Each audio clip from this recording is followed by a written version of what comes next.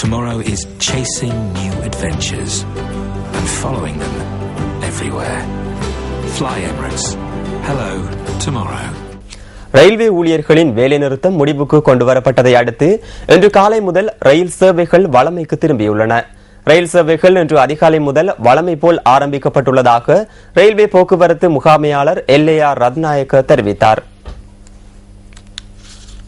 2 நாட்களாக முன்னெடுக்கப்பட்ட வேலைநிறுத்தம் நேற்று மாலை முடிவுக்கு கொண்டுவரப்பட்டதை தொடர்ந்து வழமை போல் சேவைகள் முன்னெடுக்கப்படுவதாக ரயில்வே போக்குவரத்து முகாமையாளர் சுட்டிக்காட்டுகின்றார். ஓரிரு ரயில்கள் தவிர ஏனைய அனைத்து சேவைகளும் இன்றைய தினம் இடம்பெறும் என அவர் குறிப்பிட்டார். இதனால் பயணிகள் அச்சமின்றி தமது போக்குவரத்து நடவடிக்கைகளை முன்னெடுக்க முடியும் என ரயில்வே போக்குவரத்து முகாமையாளர் LAR ரத்நாயக்க மேலும் கூறினார். இதேவேளை தேசிய கொள்கைக்கு அமைய வருடாந்த பஸ் கட்டண திருத்தம் இடம்பெறாமைக்கு எதிர்ப்பு தெரிவித்து இன்று நள்ளிரவு முதல் வேலை நிறுத்தத்தை ஆரம்பிக்க உள்ளதாக இலங்கை தனியார் பஸ் உரிமையாளர்கள் சங்கம் குறிப்பிடுகின்றது. இதனால் தமது துறை பெரிதும் பாதிக்கப்பட்டுள்ளதாக சங்கத்தின் தலைவர் கெமுனு விஜயரத்ன தெரிவித்தார்.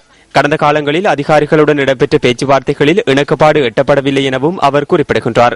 பஸ் கட்டணத்தில் 10% அதிகரிப்பை மேற்கொள்வதற்கான தேவை காணப்படுவதாகவும் அதற்கு நிதியமைச்சின் அனுமதி கிடைத்துள்ளதாகவும் சங்கத்தின் தலைவர் கூறினார். ஆயினும் அதனை மேற்கொள்ள முடியாத நிலை தற்போது காணப்படுவதால் நாடளாவிய ரீதியில் வேலை நிறுத்தத்தை முன்னெடுக்க தீர்மானித்துள்ளதாக இலங்கை தனியார் பஸ் உரிமையாளர்கள் சங்கம் தெரிவிக்கின்றது.